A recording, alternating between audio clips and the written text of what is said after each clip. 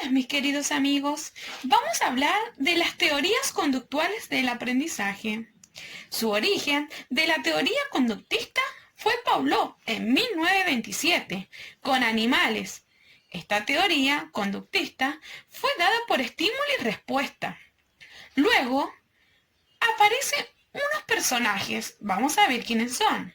Watson, Skinner y Katrin dan origen a la terminología de psicología conductista. ¿Qué es lo que es la psicología conductista? Es la ciencia que predice y controla la conducta, lo cual implica excluir los estudios y eventos mentales como objeto de estudio de la psicología.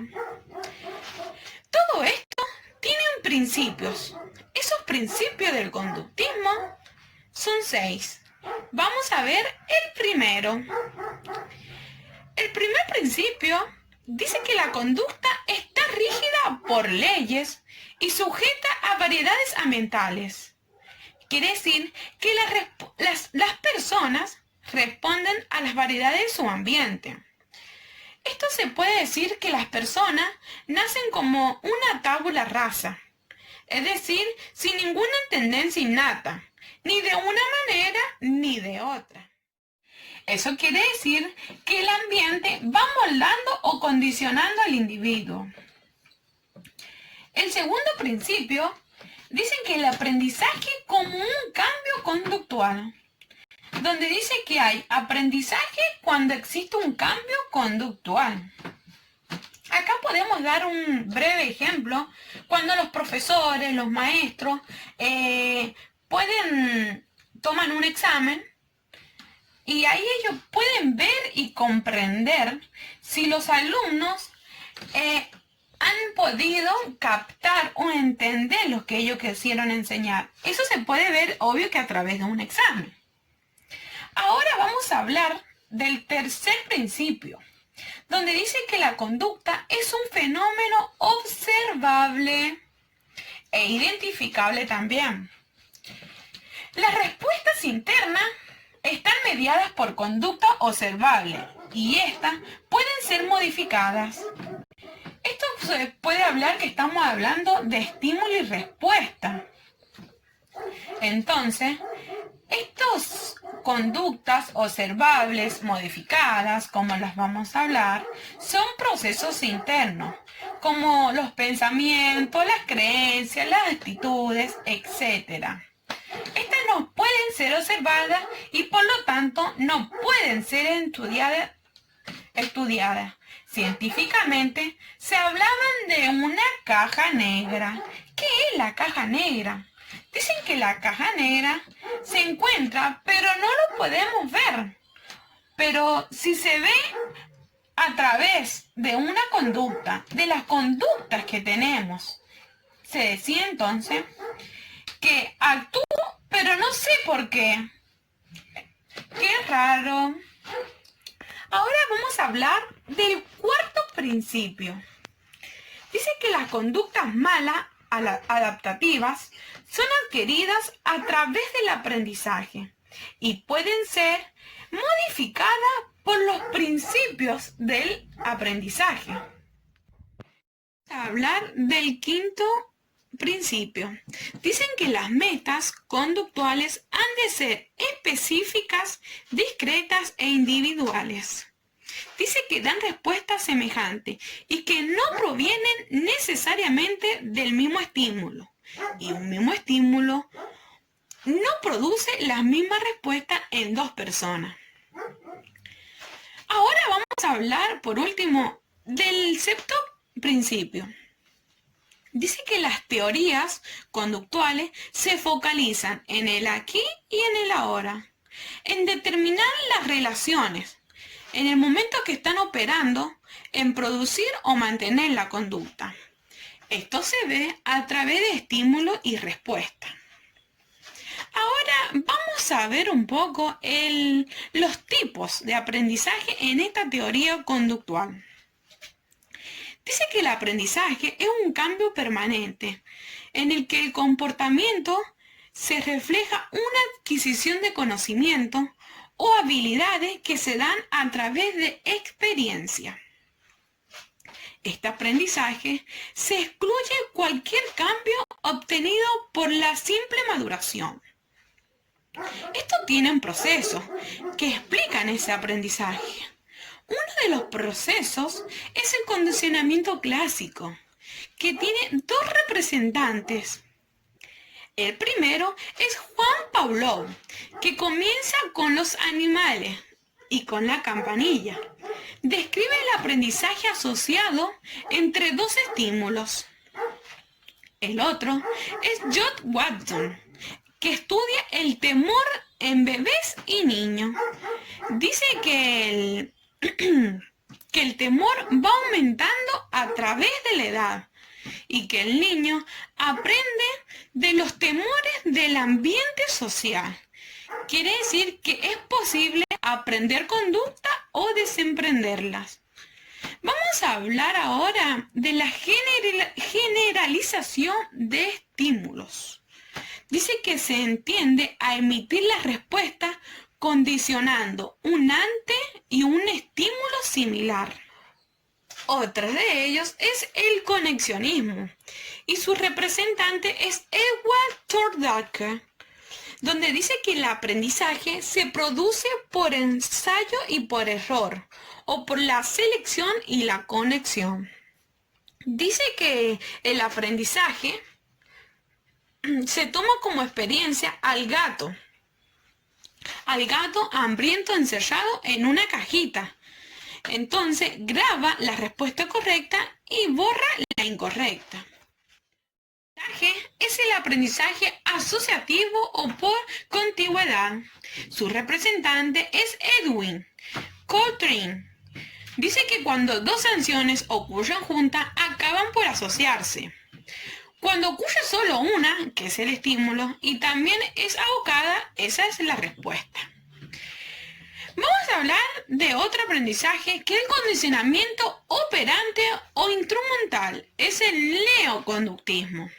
Su representante es Edward Torrdake, donde dice que el proceso a través del cual se fortalece un comportamiento que es seguido por el resultado favorable. Eso quiere decir que es un refuerzo. Ese refuerzo se aprende de aquello que es reforzado.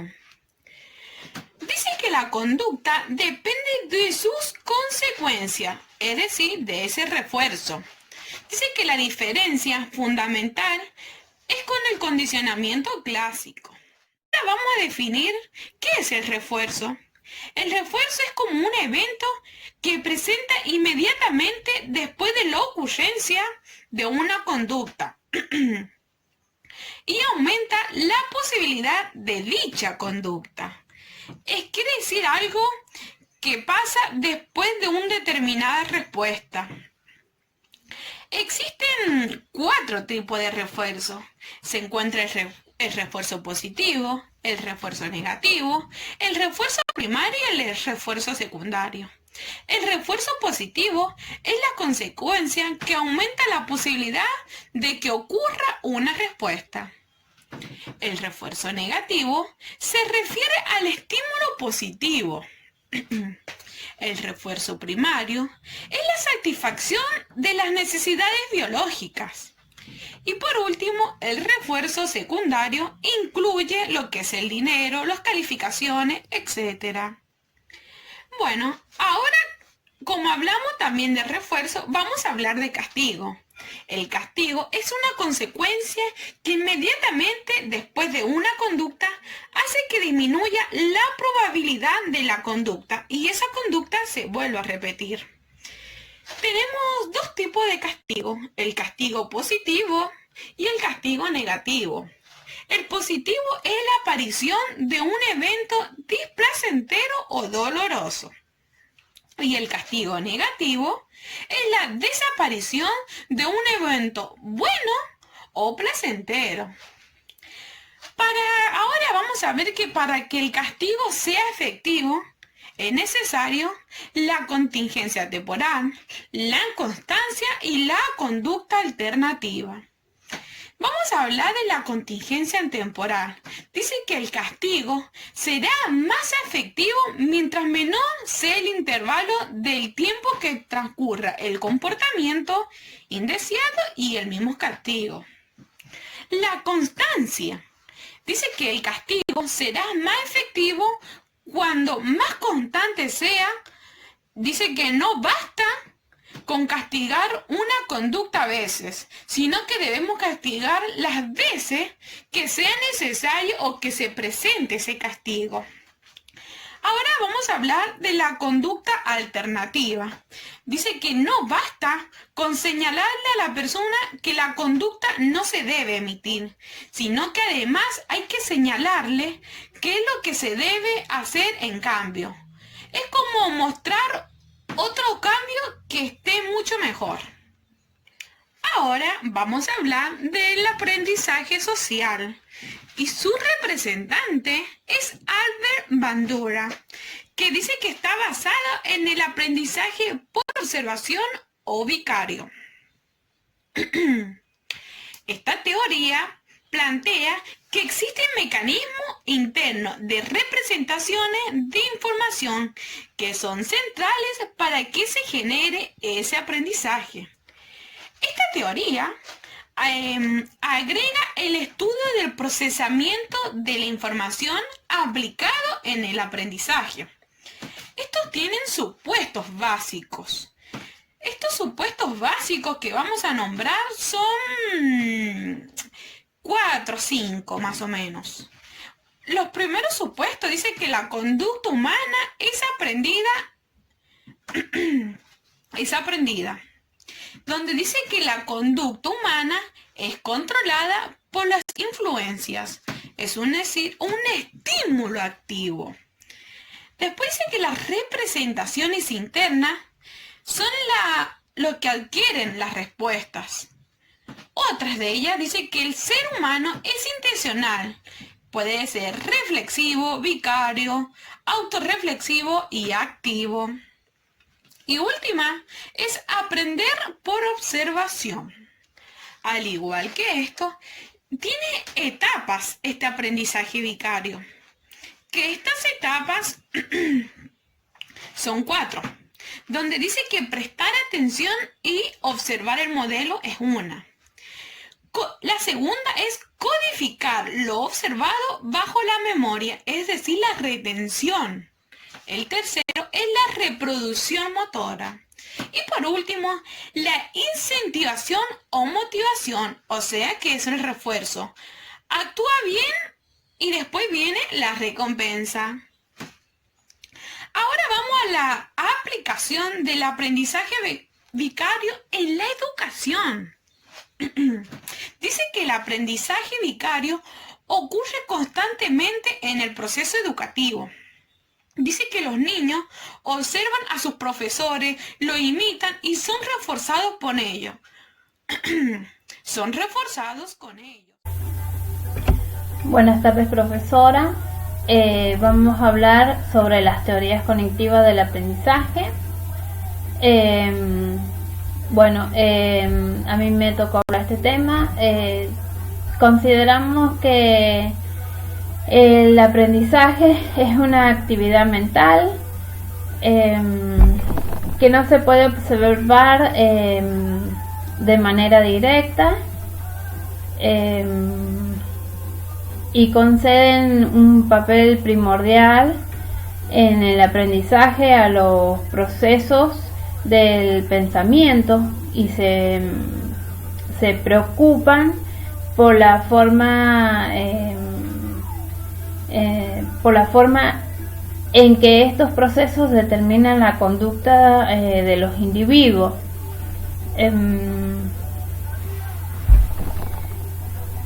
La teoría cognitiva fue creada por Jean Piaget y él nos dice que el desarrollo no se establece con cambios físicos, sino con la maduración cognitiva. Se basa en los procesos mentales, de pensamientos en los sentimientos, en el aprendizaje, en la retención y en otros. El mecanismo básico del desarrollo cognitivo, encontramos 4 etapas,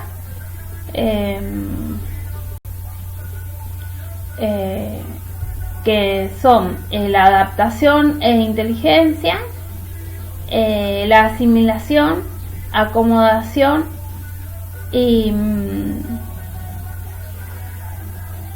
equilibración.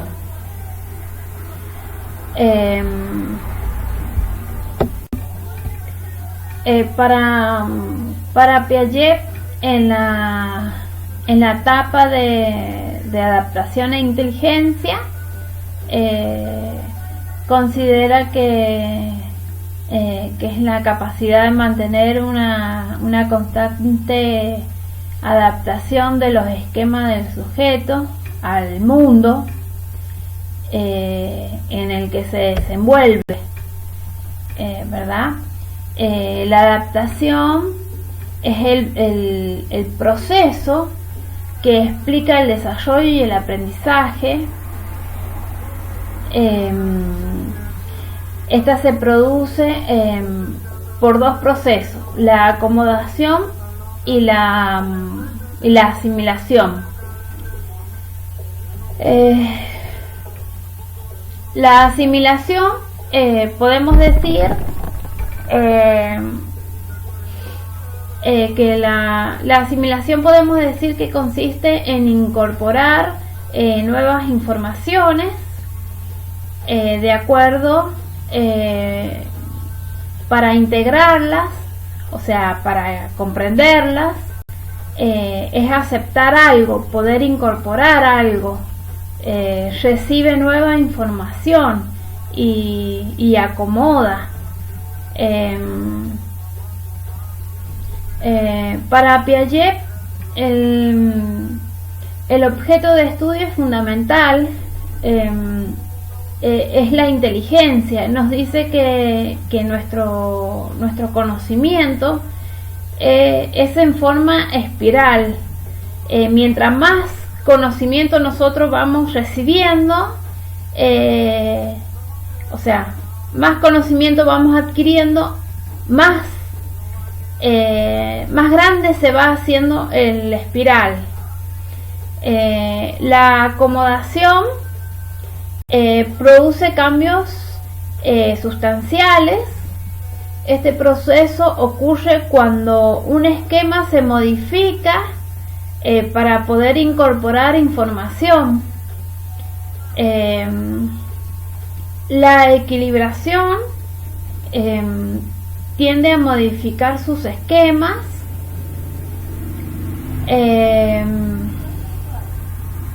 de forma que les permita dar coherencia a su mundo.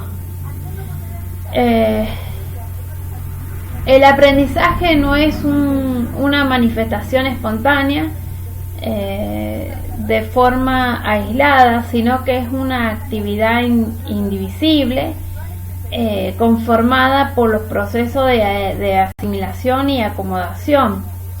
El equilibrio resultante le permite a la persona adaptarse,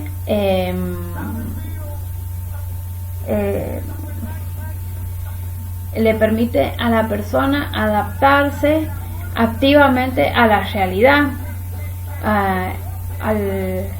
a lo cual constituye el fin último del aprendizaje. Bueno, ahora paso a hablar sobre lo que es la ley de Vygotsky.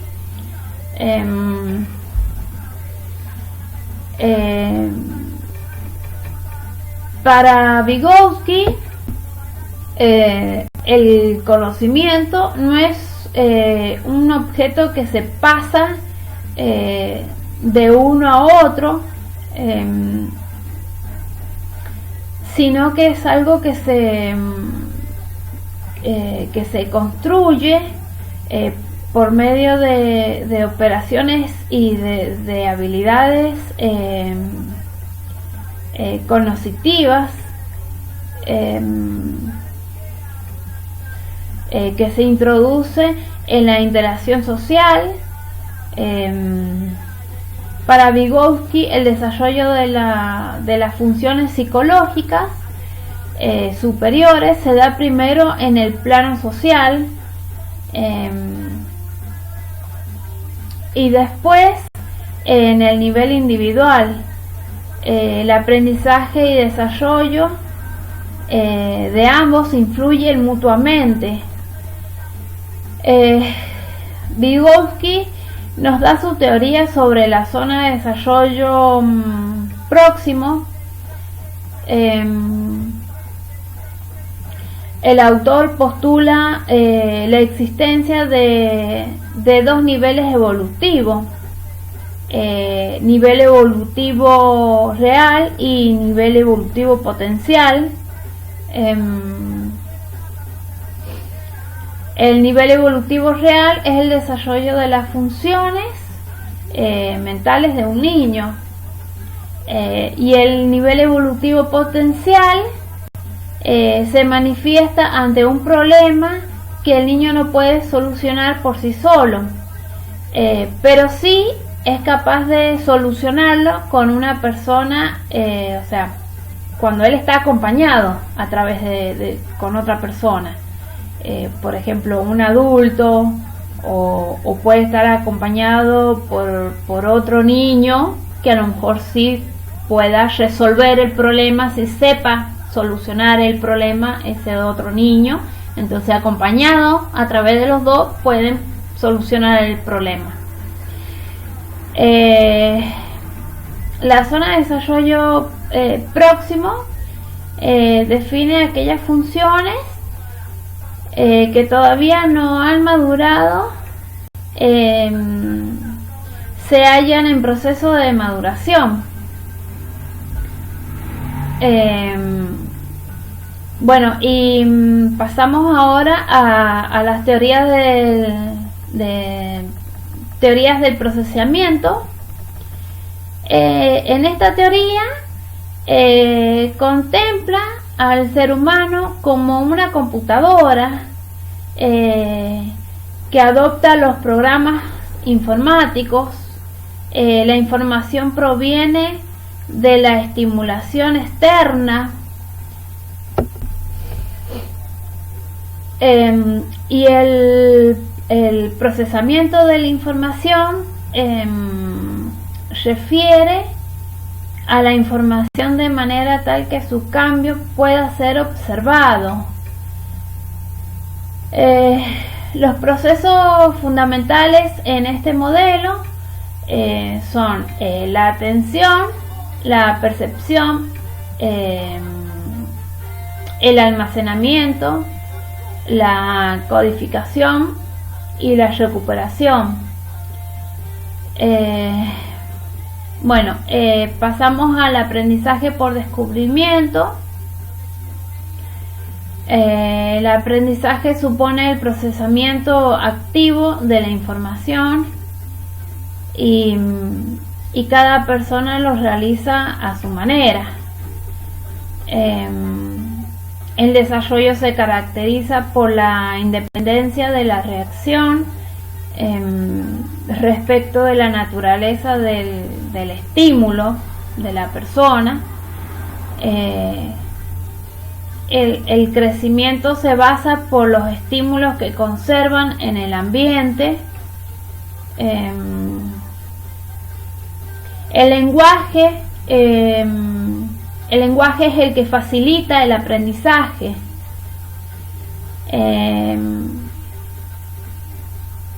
Bueno, el aprendizaje significativo, este se produce por medio de un proceso llamado asimilación. En este proceso, la estructura recibe el nuevo conocimiento, resultan alterados,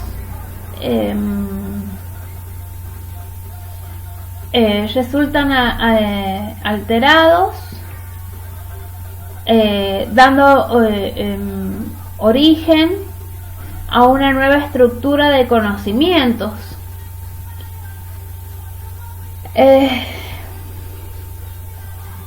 Paso a la teoría de Janet, creo que se dice así, Janet, y las condiciones del aprendizaje.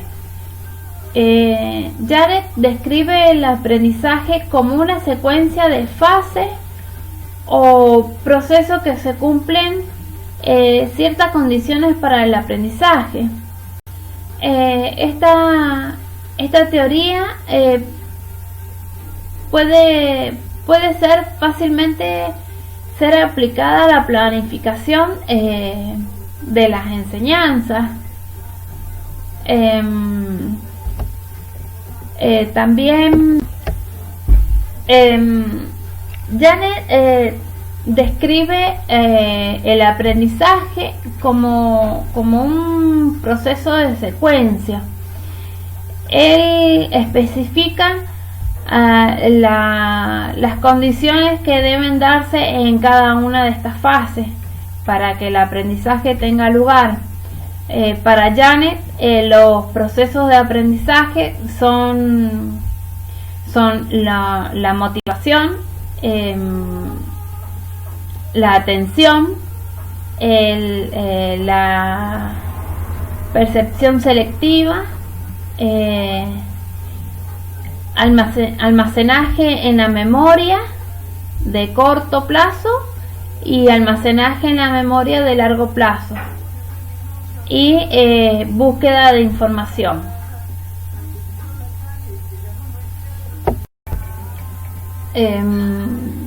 Janet siempre decía que para que se produzca el aprendizaje se debía ganar la atención de los chicos, informarle al alumno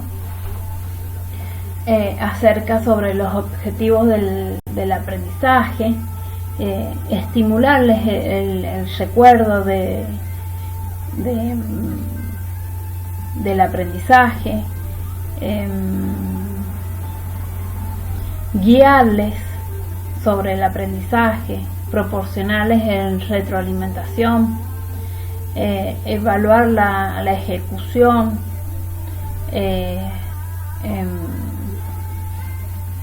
mejorar la retención,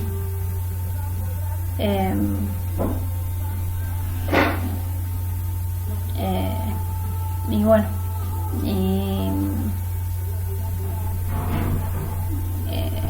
estimularlos a